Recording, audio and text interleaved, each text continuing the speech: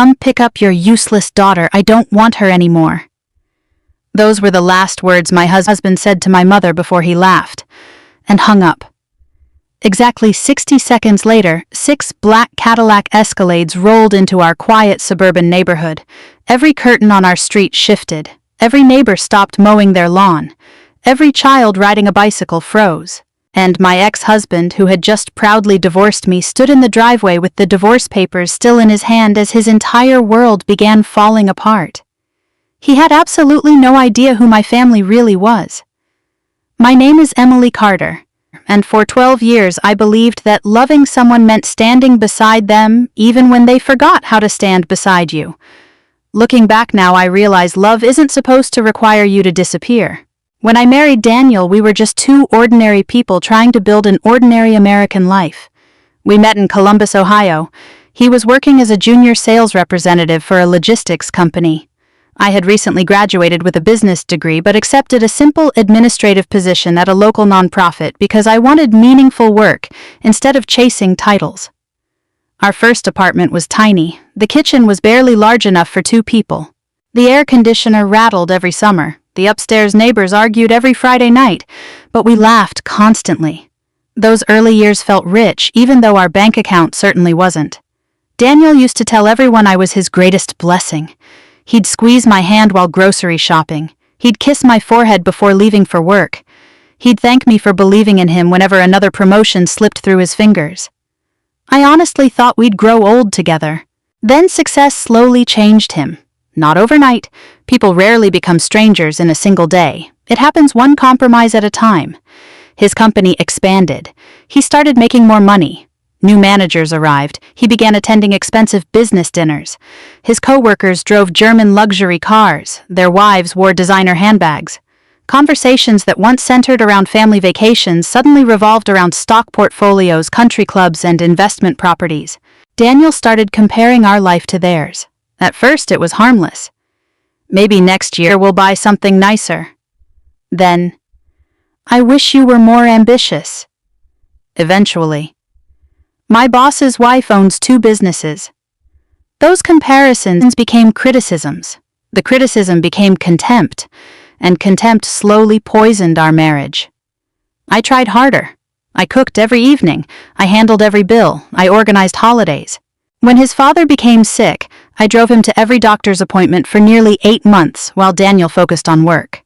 When Daniel lost sleep over quarterly sales numbers, I stayed awake beside him. When he received promotions, I celebrated louder than anyone else. But somehow, nothing I did ever seemed enough anymore. Instead of seeing what I contributed, he only noticed what I didn't. You never made 6 figures. You don't know powerful people. You have no ambition. Each sentence landed like another brick placed on my shoulders. I kept carrying them anyway, because that's what wives do. Or at least that's what I believed. The morning our marriage officially ended started surprisingly quietly. Rain tapped softly against the kitchen windows. Coffee filled the house with its familiar smell. I remember thinking maybe today we'd finally have an honest conversation. Instead, Daniel walked inside carrying a manila envelope. He tossed it across the kitchen island. It slid until it stopped directly in front of me. Divorce papers. I already signed. His voice sounded almost bored. As soon as you sign, we're finished. I stared at the papers without touching them. 12 years, I whispered. That's all they deserve. He shrugged. I've moved on. There wasn't even anger in his face anymore, just impatience, like someone waiting for a delayed flight. I looked around the kitchen. Every cabinet had been chosen together. Every family photograph had once meant something. The dining table still had tiny scratches from when our nieces carved pumpkins every Halloween. How does a life disappear so quietly? I thought we'd at least talk. We've talked enough. No, Daniel. I looked directly into his eyes. You've talked. You've judged. You've decided. He folded his arms. I'm tired of carrying dead weight. That sentence hurt more than I expected. Dead weight. Not wife, not partner, not best friend. Dead weight. I finally signed. Not because I agreed, because I suddenly realized there was nothing left to save. He snatched the papers before the ink had completely dried. Then he smiled. Not happily, victorious, as though he'd finally won a competition I never knew we were playing. Then came the moment I'll never forget. He pulled out his phone. "I'm calling your mother." I blinked. "Why? So she can come collect what's hers." I felt my stomach tighten. "Daniel, don't." He ignored me. The phone rang once, twice. Then my mother answered. "Hello?" Daniel pressed the speaker button. His grin widened. "Mrs. Whitmore." "Yes." "Come pick up your useless daughter." Silence. He continued before she could answer. "I don't want her anymore." Another brief pause. Then my mother spoke in the calmest voice I'd ever heard. "We'll be there in 1 minute." Click. The call ended. Daniel laughed, actually laughed. "Let's see what kind of junk car they show up in." I looked down at the floor, not because I was ashamed, because I already knew exactly what was about to happen. There was one thing Daniel had never been interested enough to ask during our entire marriage: my family. Whenever I mentioned visiting my parents, he always declined. Whenever Mom sent Christmas gifts, he barely looked at the card. Whenever Dad invited us to charity dinners, Daniel claimed he was too busy. He assumed my parents were simply comfortable retirees living outside Cleveland. He never asked what my father had done before retirement, never asked why my mother was constantly traveling, never wondered why every charity auction somehow recognized our family. He simply wasn't interested. Until now. Exactly 1 minute later. The low rumble of engines echoed through our neighborhood. Daniel frowned. "What is that?" 6 identical black Cadillac Escalades turned onto our street. Each one gleamed despite the rain. The vehicles stopped perfectly in front of our house. Drivers wearing tailored black suits stepped out almost simultaneously. Daniel's smile disappeared. "What the?" The rear passenger door of the center SUV opened. A woman in an elegant navy coat stepped onto the wet driveway. Perfect posture, silver hair neatly styled, quiet confidence. My mother. She looked toward me first, not toward Daniel, toward me. Her expression softened. "My sweetheart." Then she turned to Daniel. For several long seconds, she simply looked at him, not with anger, not with revenge, just disappointment. Daniel swallowed hard. One of the suited men approached my mother respectfully. "Ma'am, everything is ready." Daniel stared at the embroidered logo on the man's jacket. His face slowly drained of color. He knew that logo. It belonged to Whitmore Holdings, the parent company that owned the investment group behind his employer. And for the very first time since I'd known him, my husband looked genuinely afraid. Daniel stared at the embroidered Whitmore Holdings logo as though he'd seen a ghost. His mouth opened, but no words came out. The confidence he'd worn only moments earlier disappeared so completely that I almost didn't recognize the man standing in front of me. One of the chauffeurs quietly stepped beside my mother. "Mrs. Whitmore, would you like us to bring Ms. Carter's belongings now?" "Only the personal items," my mother replied gently. "Everything else belongs to the past." She wasn't trying to embarrass Daniel. That was the remarkable thing about my mother. She had spent her entire life believing that dignity spoke louder than power ever could. Daniel looked back and forth between us. "Whitmore," he whispered. "Your last name." I gave him a tired smile. "I never hid it." You never said..." "I never said my family was poor either." He blinked repeatedly. "No," I nodded. "No."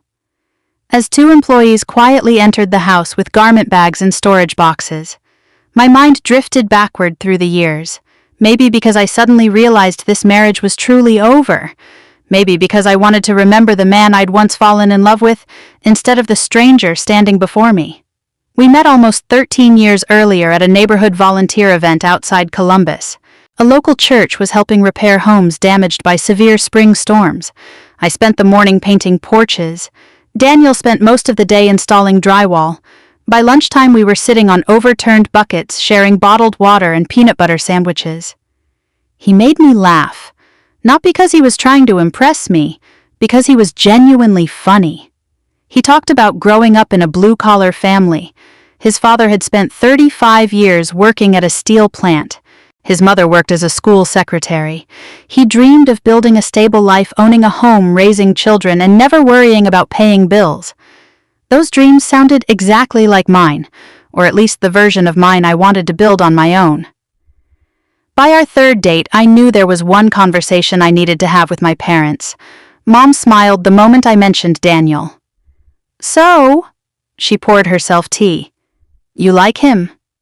"I do." "Does he know about us?" I looked out the kitchen window before answering. "Not really." Dad folded his newspaper. "Why not?" "Because I don't want him falling in love with our last name." The room became quiet. Finally, Dad nodded. "Fair enough." That decision shaped the next 12 years of my life.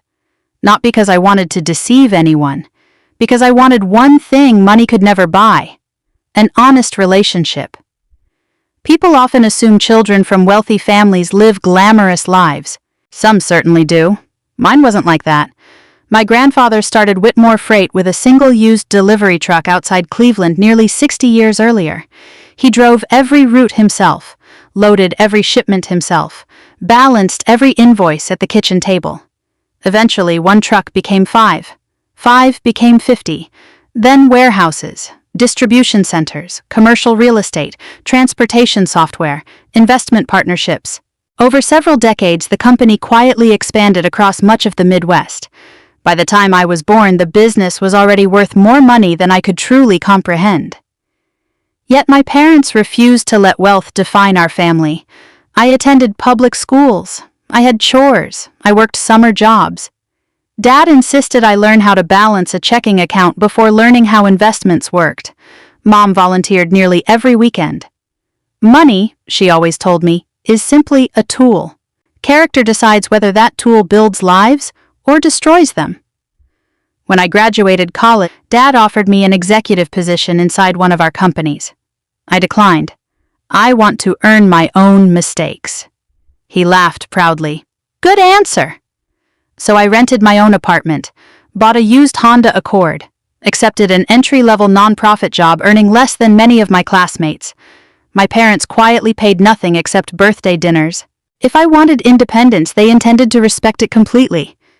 Daniel never questioned any of it. He knew my parents lived comfortably. He knew they traveled often. He knew they supported several charities. But he never seemed curious enough to ask deeper questions. When Mom invited us to fundraising galas, he'd glance at the invitation and say, "Those events aren't really my thing." When Dad invited us to Cleveland for Thanksgiving, Daniel usually claimed work was too busy. When my parents sent generous Christmas gifts, he'd smile politely before returning to his phone. Looking back now, he wasn't interested because he assumed there wasn't anything worth discovering. He judged people by appearances. And my parents intentionally appeared ordinary. The first 5 years of our marriage were happy. Then Daniel earned his first management position. The salary nearly doubled. We celebrated with takeout pizza because we still believed saving money mattered. He hugged me that night. We're finally getting somewhere. I kissed him. We've always been somewhere. He smiled then. I wish that version of him had survived. Instead, every promotion introduced him to people who measured success differently. His new co-workers belonged to private golf clubs. Their wives compared vacation homes. Every conversation became a competition. Who owned the nicest watch? Who drove the newest SUV? Whose spouse earned the highest income? Daniel slowly started playing their game. One evening, he returned from a corporate dinner unusually quiet. Finally, he asked, "Why don't you ever try to move up?" "I like my work." "You could make more money." "We already have enough." He looked frustrated. Enough isn't how successful people think.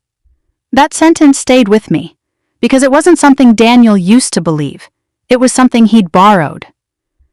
Months later, he began criticizing my clothes. "They're too simple." Then my car. "People notice these things." Then my friends. They're not exactly well connected. I listened. I compromised. I bought nicer dresses, attended more networking dinners, smiled through conversations that left me exhausted. Nothing satisfied him. His expectations kept moving farther away. It wasn't really about money anymore. It was about status. He wanted admiration. He wanted people to envy him. Eventually, he wanted a wife who looked impressive standing beside him, not necessarily one who loved him. Back in the driveway, one of the employees carried out 2 small boxes containing family photographs, a few books, and my grandmother's quilt. Everything else remained inside the house. Daniel watched silently. Finally, he looked directly at my mother. "Mrs. Whitmore," she met his eyes. "Yes. I didn't know." "No." She nodded once. "You didn't." His voice cracked. "Emily never told me," my mother answered carefully.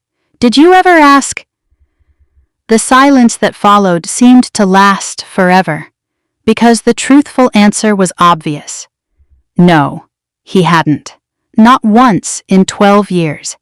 He had asked strangers about their salaries, co-workers about investment tips, neighbors about home values, but he'd never truly asked about the woman sharing his life. He thought he already knew everything worth knowing. Another black SUV slowly turned the corner. Unlike the others, this one carried 2 familiar faces. My father stepped out first, still tall despite his 72 years, still carrying himself with quiet confidence. Beside him walked a silver-haired gentleman wearing a tailored charcoal suit. Daniel frowned. Recognition flashed across his face. His breathing became shallow. "I know him." I followed his gaze. Of course he did. The man extending his hand toward my father wasn't just another executive. He was Richard Lawson, the CEO of the logistics corporation where Daniel proudly worked.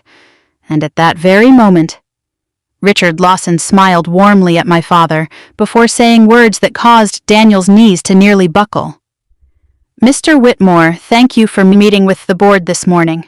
We look forward to finalizing the acquisition." Daniel's face turned completely white. He suddenly understood exactly who my family really was, and he realized his career had been connected to them all along. The rain had finally stopped. The only sound left was the soft ticking of engines cooling beneath the row of black Escalades parked along our quiet suburban street. Neighbors had gathered discreetly on their porches. No one pretended they weren't watching anymore. In neighborhoods like ours, people usually respected each other's privacy. But this wasn't an ordinary divorce. This was the kind of moment people would still be talking about years later. Daniel stood frozen, staring at Richard Lawson, his boss, the man he'd spent years trying to impress. Richard shook my father's hand warmly before turning toward me. "Emily," he smiled, "it's good to see you again." "It's good to see you too, Richard." Daniel looked between us as if he no longer understood the English language. You know each other," Richard chuckled. "I've known Emily since she was a teenager." Daniel blinked. "What?" my father answered calmly. "Richard served on our scholarship foundation long before he became CEO." Daniel slowly turned toward me. "You've met him before?" I nodded. "Many times." He looked physically sick. "I don't understand." "No," I replied quietly. "I suppose you don't." Richard glanced politely toward Daniel before speaking to my father. "The acquisition documents are nearly complete." Dad nodded. "Excellent. We should have everything finalized by next week." Daniel interrupted before he could stop himself. "Acquisition." Richard looked at him with mild confusion. "Yes. Our company is becoming part of Whitmore Holdings." Daniel's lips parted. I work there." "I know." Richard's voice remained professional. "You're regional sales director." Daniel nodded mechanically. Richard smiled politely. "You've had solid sales numbers." For one brief second, hope returned to Daniel's face. Then Richard continued, I understand your division has also experienced unusually high employee turnover. Daniel's shoulders stiffened. Well, and several HR complaints. No one spoke. Daniel swallowed. Richard wasn't accusing him. He was simply stating facts, facts that suddenly sounded much heavier than they had yesterday. My father gently placed a hand on Richard's shoulder. We'll discuss business Monday. Richard nodded. Of course. Then he looked at Daniel again. I hope everything works out for you personally. With that, he stepped away. No threats, no intimidation, just professionalism. That somehow made everything even worse. Daniel turned toward my father. Mr. Whitmore? Dad looked at him patiently. Yes. I didn't know Emily came from... He couldn't even finish the sentence. Dad smiled faintly. You didn't know because you never wanted to know. 12 years. Dad spoke softly. 12 years, Daniel. You never once asked me how I started my career. Daniel lowered his eyes. You never asked Emily about her childhood. Silence. You never wondered why we insisted she build her own life. Another silence. You decided who we were without ever taking the time to learn. Daniel rubbed both hands across his face. I made a mistake. Dad nodded. You certainly did. Bye. One of the assistants quietly approached me. Ms. Carter? Yes. Your belongings are packed. I looked toward the front door. Everything I truly cared about fit inside 6 medium-sized boxes.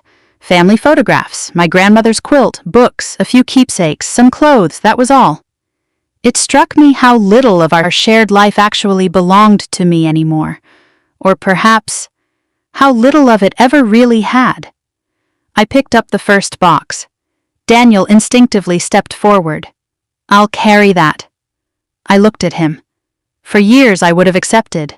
Not today. No, thank you. His hand slowly dropped back to his side. As another employee loaded my belongings into one of the SUVs, Daniel followed me across the driveway. Emily, I kept walking. Please. I stopped. Not because I wanted to, because after 12 years together I felt he deserved one last chance to speak honestly. I was angry.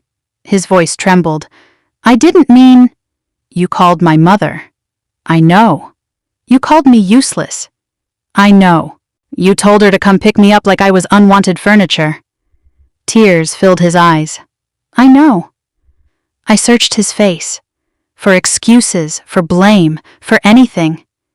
Instead, I saw fear. Not grief.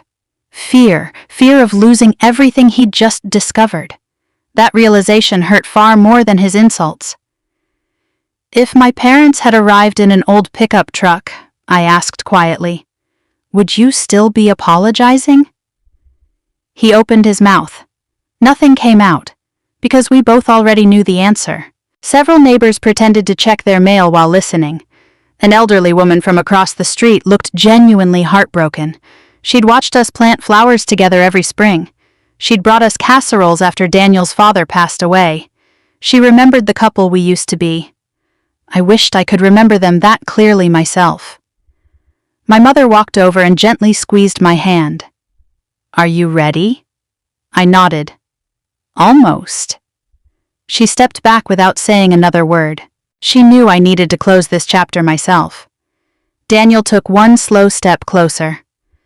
I loved you. I smiled sadly. I believe you did. His eyes brightened slightly. But somewhere along the way, I continued, you started loving success more. He looked down. You stopped seeing me.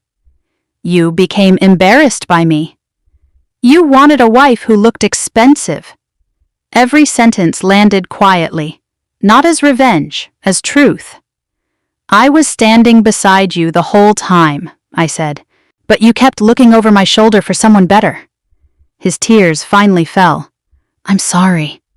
For the first time that morning, I believed those words were sincere, but sincerity doesn't erase consequences. I hope one day you become the man I married, I said. Because the man standing here today? I looked around the driveway. Isn't him. He covered his face. I took a deep breath. Then I spoke the sentence that would stay with him forever. You didn't lose a wealthy wife today. He looked up. You lost the only woman who loved you before success mattered. The words settled over the entire street. No one moved. Even the neighbors looked away.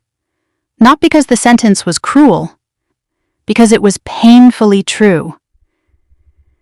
I climbed into the SUV beside my mother.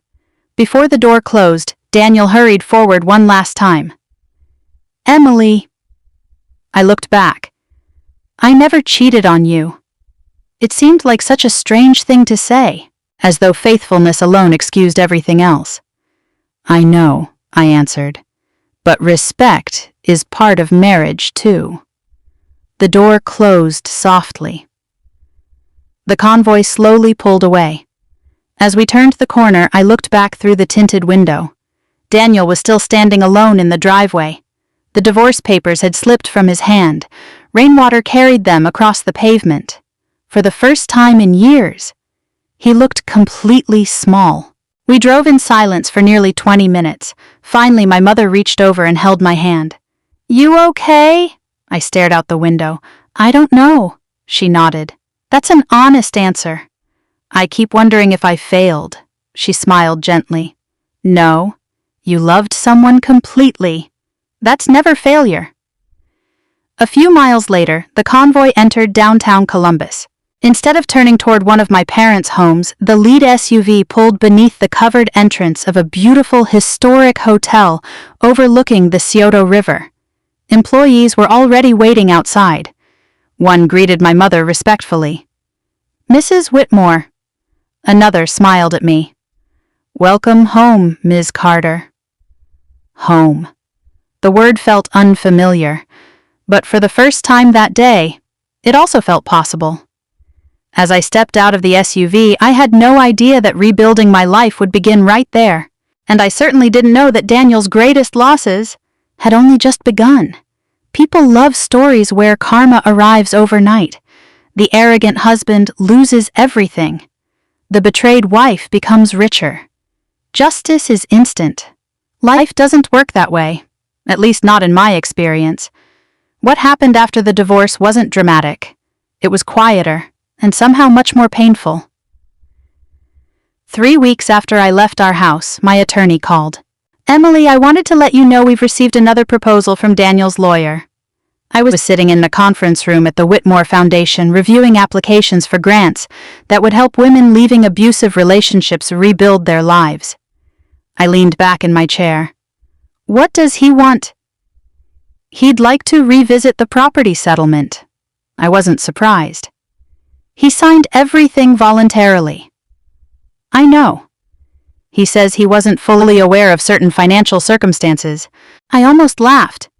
You mean he didn't know my parents were wealthy? There was a brief silence.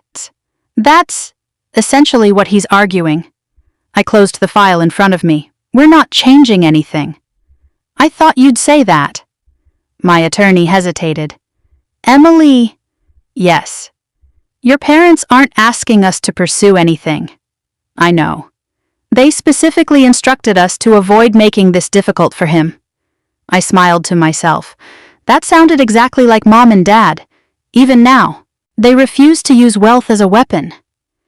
Contrary to what many people assumed, Whitmore Holdings never interfered with Daniel's career. My father made that absolutely clear during the first executive meeting following the acquisition. Richard Lawson told me about it several months later. Dad had looked around the boardroom and said only one sentence. We judge employees by performance, not personal history. That policy applied to everyone, including my ex-husband. If Daniel succeeded, he would keep succeeding. If he failed, the responsibility would be his alone. Unfortunately for Daniel, success had slowly been slipping away long before our marriage ended. Without someone quietly holding his personal life together, cracks started appearing everywhere. He forgot meetings, missed deadlines, responded sharply to employees, One regional manager transferred to another division after filing a complaint about Daniel's leadership style. Then another. Within 6 months, 4 experienced team members had resigned. Richard didn't fire. He simply postponed Daniel's expected promotion, again and again. Eventually, the position went to someone else. Not because of my family, because leadership requires more than impressive quarterly sales numbers. It requires people willing to keep following you. Daniel no longer had that. I heard bits and pieces through mutual acquaintances. The expensive downtown apartment he'd leased after the divorce became difficult to afford. His luxury SUV disappeared. The country club membership quietly expired. Co-workers stopped inviting him to exclusive dinners. It wasn't cruelty. It was something much simpler. Many of those friendships had never been real. They had revolved around status. Once his status faded, so did the invitations. I remembered warning him years earlier. Real friends don't care what you drive. Back then he'd smiled dismissively. I know who my friends are. Now, so did he. As for the woman he'd started seeing shortly before our divorce, that relationship lasted barely 4 months. I never learned her full story. And honestly, I never wanted to. One afternoon, an old neighbor called me. I thought you should know. You don't have to tell me. No, Emily. You deserve to hear this. Apparently, she'd packed her belongings while Daniel was at work. She left behind only a handwritten note. It read, "You're not the man you pretended to be." The irony wasn't lost on either of us. Meanwhile, my own life felt strangely unfamiliar. For the first month after the divorce, I kept waking up at 6 every morning. I'd automatically reach toward the empty side of the bed. Then reality would return. Some mornings I cried. Some mornings I simply stared at the ceiling. Healing isn't a straight line. Anyone who tells you otherwise has never truly lost someone they loved. My mother never rushed me. She'd knock gently on my apartment door inside the family guest house. Breakfast. Sometimes I joined her, sometimes I couldn't. Either way, she understood. Dad had his own quiet way of helping. Every Friday afternoon, he'd invite me to lunch, never to discuss business, never to discuss Daniel. Instead, we'd talk about baseball, fishing, books, childhood memories. He was reminding me, without ever saying the words, that my identity had never depended on being someone's wife. About 2 months after the divorce, Mom walked into my apartment carrying a folder. I have a question. I looked up from the novel I wasn't really reading. I'm listening. She placed the folder on the coffee table. The foundation wants to expand. Inside were plans for a new initiative.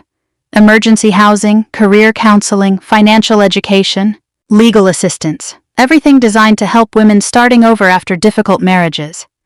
I'd like you to lead it. I looked at her in surprise. Mom, you've lived through it. I'm not sure I'm ready. She smiled gently. No one ever feels ready. I stared at the proposal for several minutes. Finally, I asked, why me? She reached across the table and squeezed my hand. Because pain either makes us bitter, she paused, or it makes us useful. Those words settled deep inside me. I accepted the position the following week. The work changed me. Every day I met women whose stories humbled me. A nurse whose husband emptied their savings account. A grandmother raising 3 grandchildren after her daughter disappeared. A military spouse abandoned during cancer treatment. A teacher escaping years of emotional manipulation. Compared to some of their experiences, mine almost seemed easy. Yet every woman carried the same invisible burden. They all believed they weren't enough. Week after week, I watched confidence slowly return to their faces. One woman found her first apartment. Another started nursing school at 46. Another opened a small bakery. Their victories reminded me that beginning again isn't failure. It's courage. My therapist noticed the change before I did. During one session, she smiled. You haven't mentioned Daniel once today. I blinked. She was right.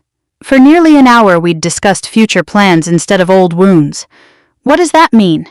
It means your story is becoming larger than your pain. I left her office that afternoon feeling lighter than I had in years. Forgiveness hadn't arrived yet, but freedom was beginning to. One autumn evening, nearly 10 months after the divorce, Dad invited me to dinner. After dessert, he turned on the television. The local news had just begun. A reporter stood outside our newest community resource center. Behind her was a ribbon-cutting ceremony. Then suddenly, my own face appeared on the screen. The reporter smiled into the camera. Emily Carter, director of the New Beginnings Initiative, has helped more than 200 women transition into stable housing and employment during the program's first year. They showed interviews with several participants. One woman wiped away tears. Emily never treated us like broken people. Another smiled. She reminded me I still had value. I felt embarrassed watching myself. Dad looked impossibly proud. Mom quietly reached for another napkin to hide the tears in her eyes. Across town, in a small apartment, Daniel happened to be watching the same broadcast. A mutual acquaintance later told me he never changed the channel. He sat there until the program ended. Not because he envied my success, but because for the first time, he finally saw the woman he'd spent 12 years overlooking, and he realized that the greatest thing he'd ever lost had never been money. It had been character standing faithfully beside him all along. People often imagine revenge as watching someone suffer. For a long time, I thought that was what I wanted. I imagined Daniel losing everything. His career, his reputation, his confidence. I imagined him feeling even a fraction of the loneliness he had left me with. But something unexpected happened during the second year after our divorce. The anger simply started running out. Not because he'd earned forgiveness, because carrying resentment every day was exhausting. It felt like dragging a suitcase filled with rocks wherever I went. Eventually, I realized something. The divorce had already taken enough from me. I wasn't willing to let bitterness take anything else. Nearly 18 months after our marriage ended, I received an email from someone I hadn't expected to hear from again. The subject line simply read, "I owe you an apology." I stared at it for several minutes before opening it. There were no dramatic declarations, no requests to come back, no excuses, just a few short paragraphs. "Emily, I know I have no right to ask anything of you. I'm not writing because I expect forgiveness. I'm writing because I've finally become honest enough to admit what I did. I spent years blaming everyone except myself. You deserved a husband who respected you. Instead, I made you feel invisible. If you're willing, I'd like 10 minutes of your time someday. If not, I'll understand. Daniel." I read it twice, then a third time. Finally, I closed my laptop without replying. A week later, I mentioned the email during lunch with my parents. Dad quietly buttered another piece of bread. Mom listened without interrupting. "What do you think?" I finally asked. Dad shrugged gently. "I think only you can answer that." Mom nodded. "You don't owe him a meeting." "I know. But," she smiled, "but you're wondering whether hearing him might help close the last door." Exactly. That was what I couldn't quite explain. I didn't miss my marriage. I didn't want Daniel back. But there was one final conversation our story had never had. 2 days later, I replied. 1 hour, Saturday, 10 o'clock, Jefferson Coffee on Main Street. Nothing more. His response arrived less than 5 minutes later. "Thank you." Jefferson Coffee hadn't changed in years. It was one of those independently owned places where the owner still remembered regular customers by name. The floors creaked. The coffee smelled incredible. Local artwork covered the brick walls. It felt safe, public, neutral. I arrived first. Old habit. At exactly 10 o'clock, the front door opened. For a second, I barely recognized him. Daniel looked older than 43. Not because of gray hair, because of humility. His expensive tailored suits were gone. Instead, he wore dark jeans, work boots, and a simple blue button-down shirt with the sleeves rolled neatly to his forearms. He carried himself differently, too. Less like someone trying to impress a room, more like someone hoping not to disappoint it.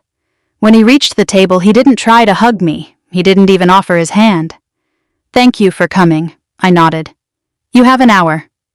He sat quietly for several seconds before speaking. "I've rehearsed this conversation 100 times." "I figured," he smiled weakly, "and every version sounded like I was making excuses. So don't." "I won't." The waitress brought our coffee. Neither of us touched it. Daniel folded his hands together. "The first thing I need to say is simple." He looked directly into my eyes. "I was emotionally abusive." The words surprised me. Not because they weren't true, because he actually said them, without hesitation, without softening them. I kept telling myself I wasn't. His voice remained calm. "I thought because I never hit you, I wasn't hurting you."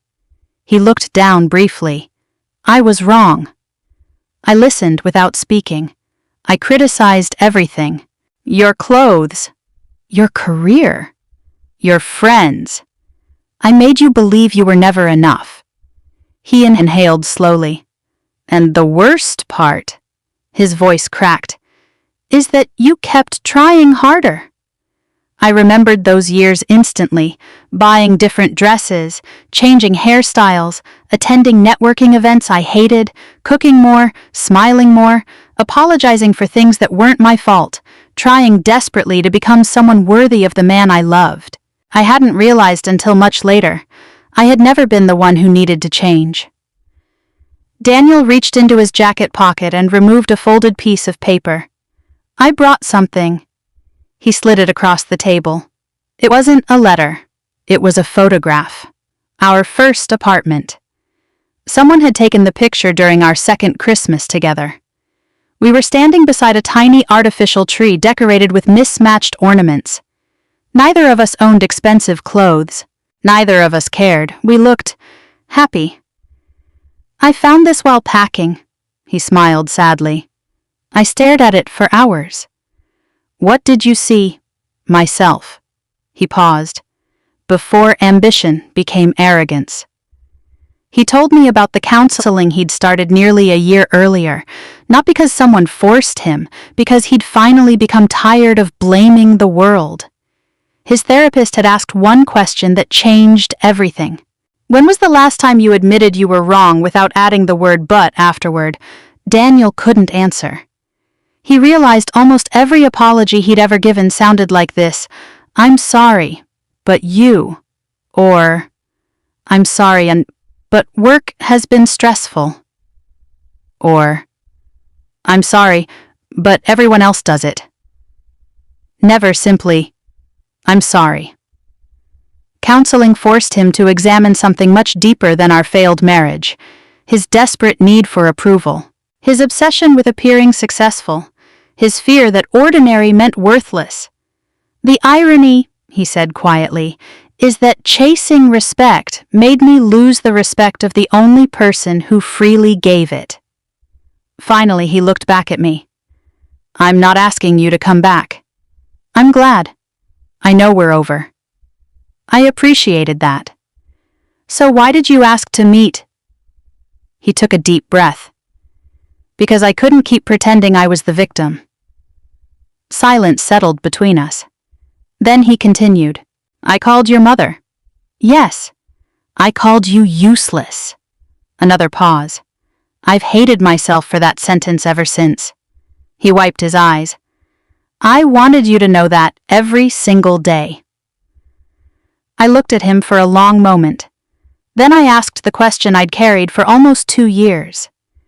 "Tell me honestly, if my family had been poor—" He already knew how the sentence ended. "Would you still have left me?" He didn't answer immediately.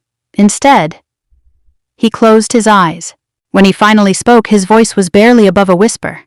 "Yes." The honesty hurt. And strangely, it also healed, because it confirmed something important. The divorce hadn't happened because of money. It happened because his character had been failing long before either of us recognized it. "Thank you," I said quietly, "for telling me the truth." When we stood to leave, Daniel reached for the check. I smiled. We'll split it. He nodded. Fair enough. Outside, autumn leaves drifted across the sidewalk. Before we walked in opposite directions, I stopped. I forgive you. He looked stunned. I didn't say I forgot. I didn't say what happened was acceptable. I forgive you because I don't want to carry it anymore. Tears rolled down his face. I don't deserve that. No, I answered honestly. You don't. But forgiveness isn't earned. It's chosen. A week later, Daniel asked whether he could apologize to my parents. To my surprise, they agreed. The meeting lasted less than 30 minutes. Dad listened quietly. Mom accepted his apology with the same grace she had shown the day she arrived in that convoy of black SUVs. Before he left, she offered him one final piece of advice. Daniel, he looked up, never measure another person's worth by what they own. She smiled gently. Because character has a way of revealing itself, eventually. He nodded through tears. I've finally learned that. As he walked away, I realized something remarkable. For the first time since our divorce, neither of us was walking away in anger. We were simply walking toward different futures. 3 years have a funny way of changing people. Not all at once, not with some dramatic moment that makes the world stop spinning. Just little choices, little lessons, little acts of courage repeated often enough that one day you wake up and realize you're no longer the person you used to be. When I look back now, the woman sitting in that kitchen signing divorce papers feels like someone I once knew instead of someone I still am. She was kind, she was loyal, but she believed her worth depended on being chosen by someone else. The woman I became finally understood something much more important. My worth had never been up for debate. The New Beginnings initiative continued to grow beyond anything I had imagined. What started as a small local program serving women in central Ohio expanded into neighboring counties. Then another state partnered with us. Then another. We weren't becoming famous. That was never the goal. We were becoming useful. Every week I sat across from women who reminded me of the person I used to be. Some had survived financial abuse. Some had survived years of emotional manipulation. Some arrived carrying children and nothing else. Others carried expensive purses and invisible wounds no one had ever noticed. Pain doesn't care about income, neither does hope. One afternoon, a woman in her late 50s stayed behind after a financial planning workshop. She hesitated before speaking. I almost didn't come. Why? I asked. She smiled nervously. I thought everyone here would be younger.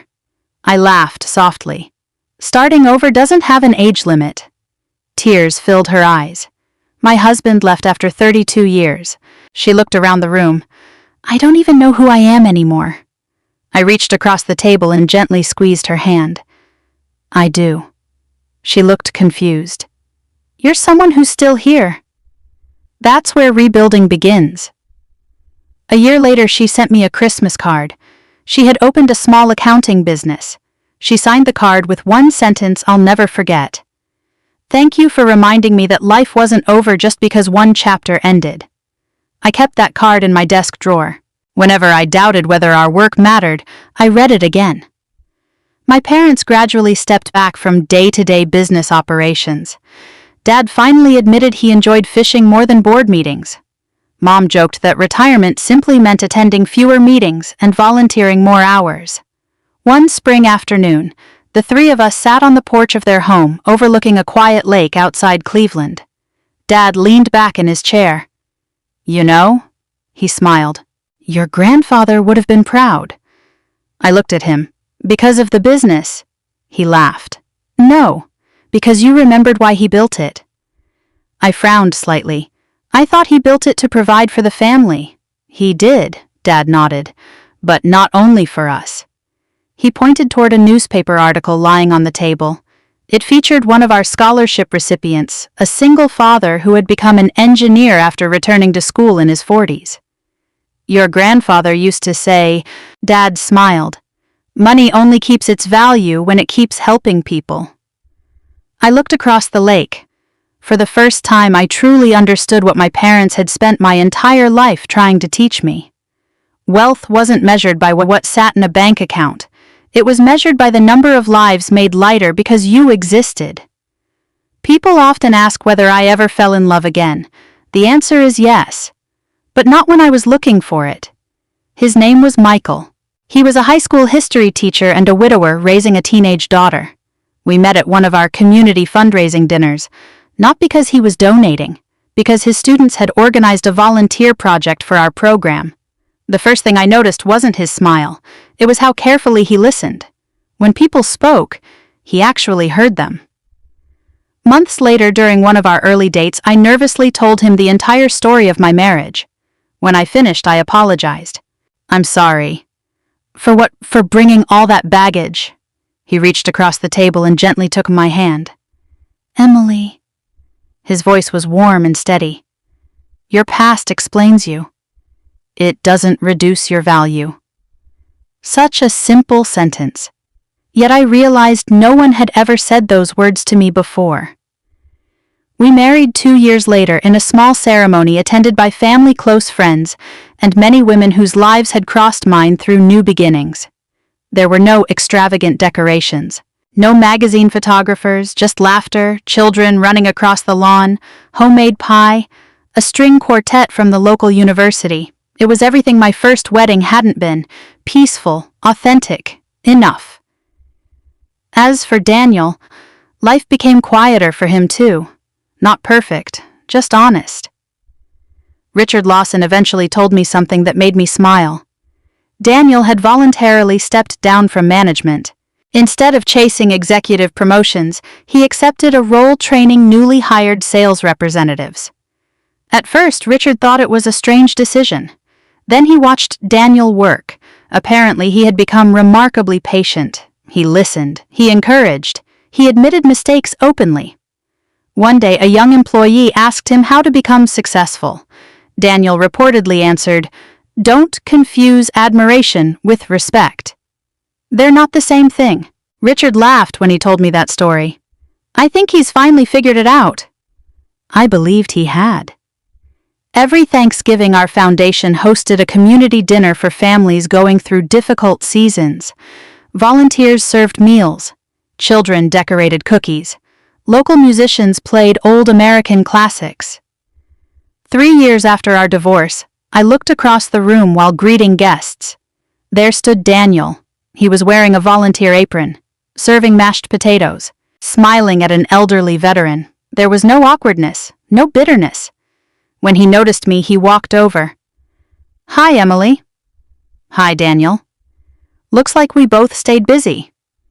"We did." He glanced around the crowded room. "I never thanked you." "For what?" "For forgiving me." I smiled. "I didn't do it for you." "I know." He nodded.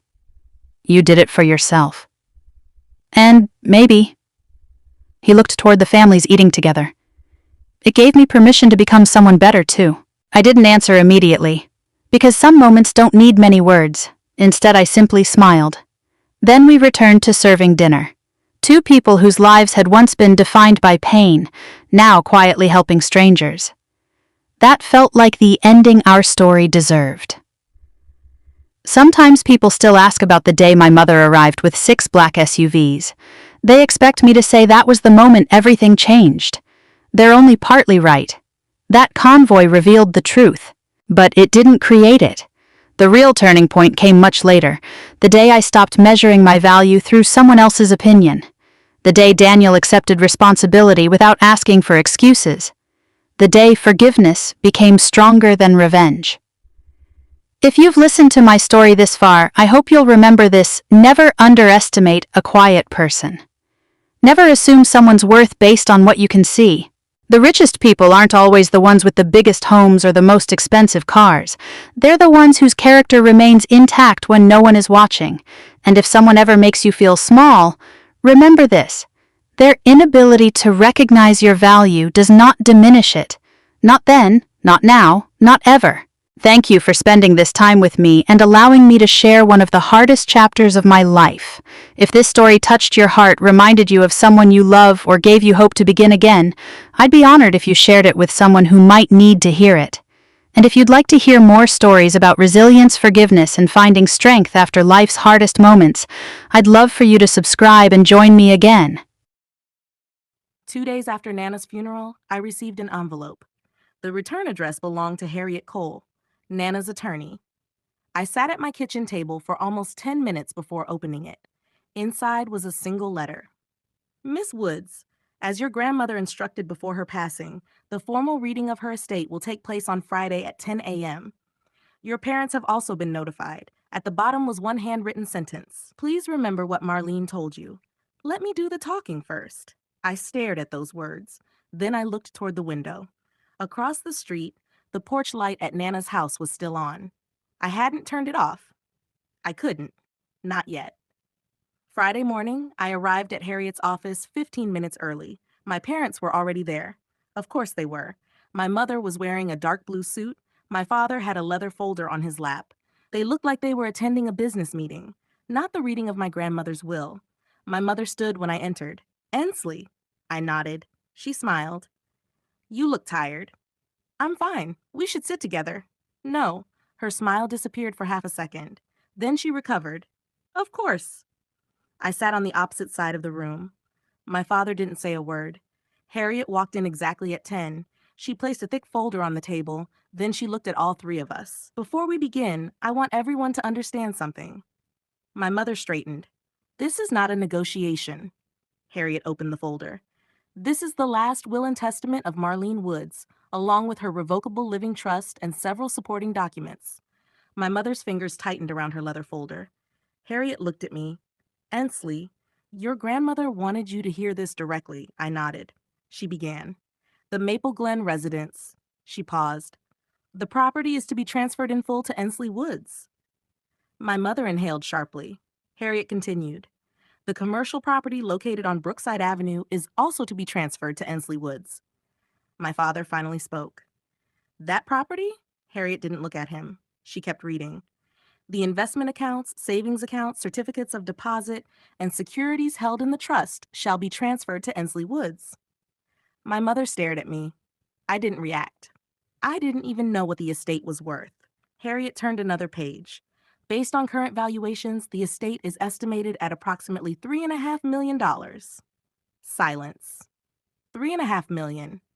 My mother slowly turned toward my father. He looked stunned. Then Harriet read the next paragraph. To my son Gregory Woods and his wife Pamela Woods. My mother sat straighter. Harriet continued. I leave $10,000 each with my thanks for the lesson they taught me in 2014. My mother's face changed. What lesson? Harriet didn't answer. She simply turned the page. Then my mother reached across the table and grabbed my hand. Oh, sweetheart. I looked down at her fingers around mine. What a responsibility. She squeezed gently. Of course, we'll manage it for you. I slowly pulled my hand away. No, thank you. Her smile disappeared. Ensley, you don't understand how complicated this is. I understand. No, you don't. My father finally spoke. Your mother is only trying to protect you. I looked at him. Like you protected me when you changed the locks? His face went pale. My mother leaned forward. That was 10 years ago, and I remember it.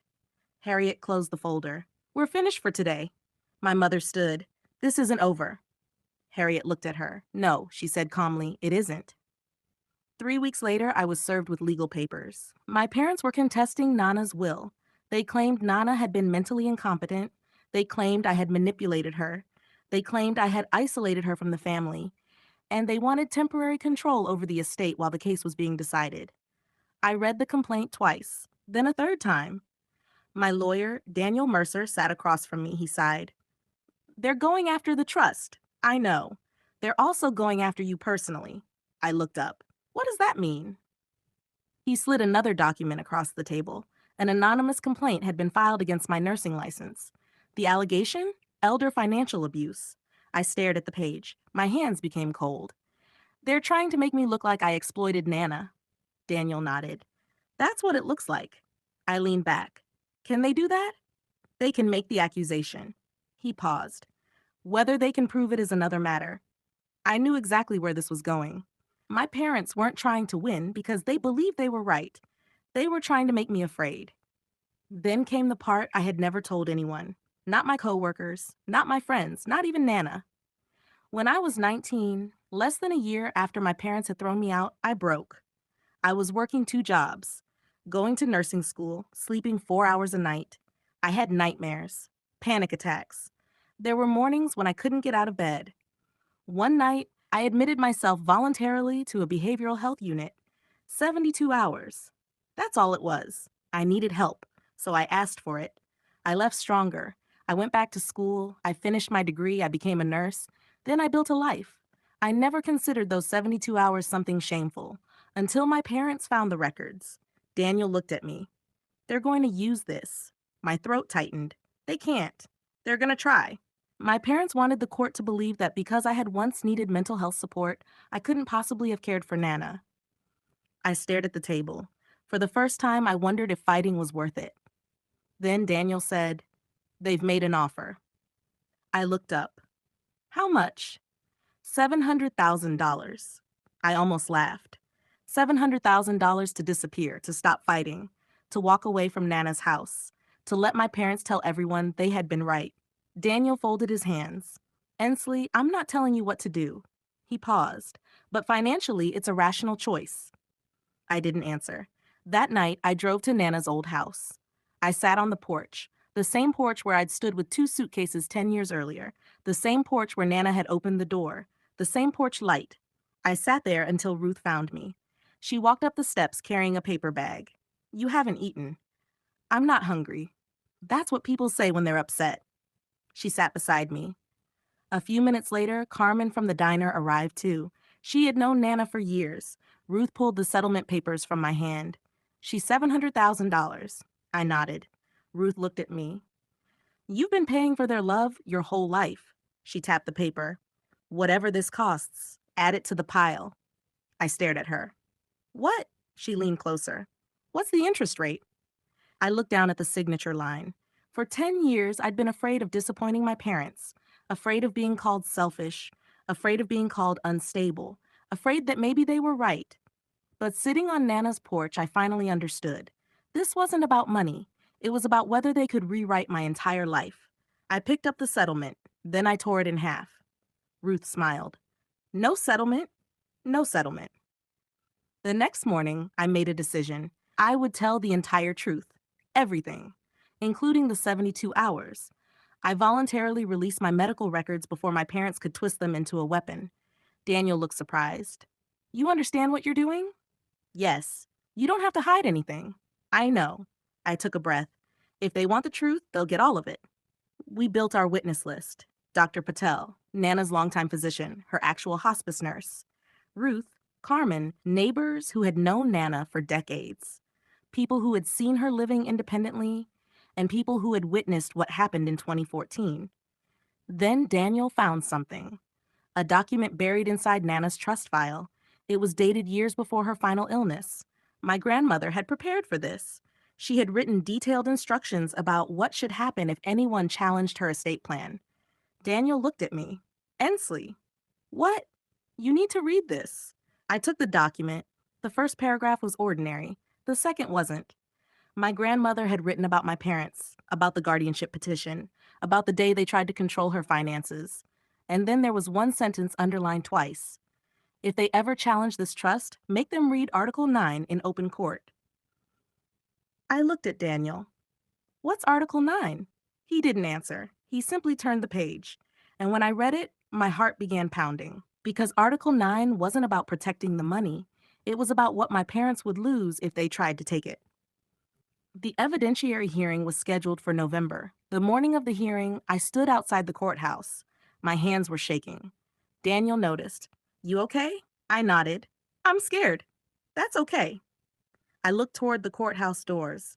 "I'm not scared of losing the money." He waited. "I'm scared they're going to make me feel like I'm 18 again." Daniel gave me a small smile. "Then don't go in there as the 18-year-old girl." I looked at him. "Go in as the woman who survived her." I took a deep breath. Then I walked inside. My mother was already seated. She looked at me, and for 1 second I saw the same expression she had worn 10 years earlier when she closed that door. Cold, certain, untouchable. But this time, I wasn't standing outside. I was walking toward a courtroom. And this time, she was the one who didn't know what was waiting behind the door.